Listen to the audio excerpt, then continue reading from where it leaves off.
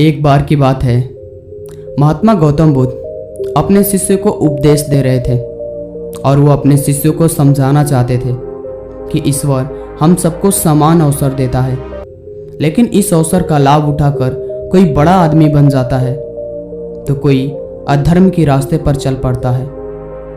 इंसान की परिस्थितियों के अनुसार अपने आप को बदल लेना चाहिए। जो ऐसा करता है वही अपने जीवन में सफल होता है। इस बात को मैं आपको एक उदाहरण के माध्यम से समझा रहा हूँ। उन्होंने अपने शिष्य आनंद से कहा, आनंद जाओ और मेरे कमरे से 3 मिट्टी का कटोरा लेकर आओ।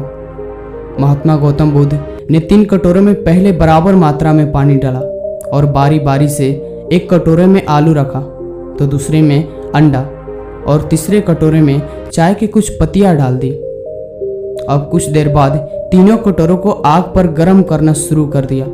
ये सब देखकर वहां बैठे सारे शिष्य अचंभित थे कि महात्मा बुद्ध ये क्या कर रहे हैं और हमें क्या समझाने के प्रयास कर रहे हैं। कुछ समय पश्चात जब पानी पूरी तरह से उबल चुका था तो महात्मा बुद्ध ने इन तीनों कटोरों को जमीन पर उतारा।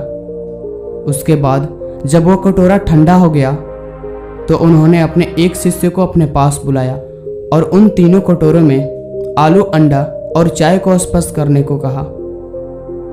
महात्मा गौतम बुद्ध ने शिष्य से कहा, तुमने इसको छूने के बाद क्या महसूस किया?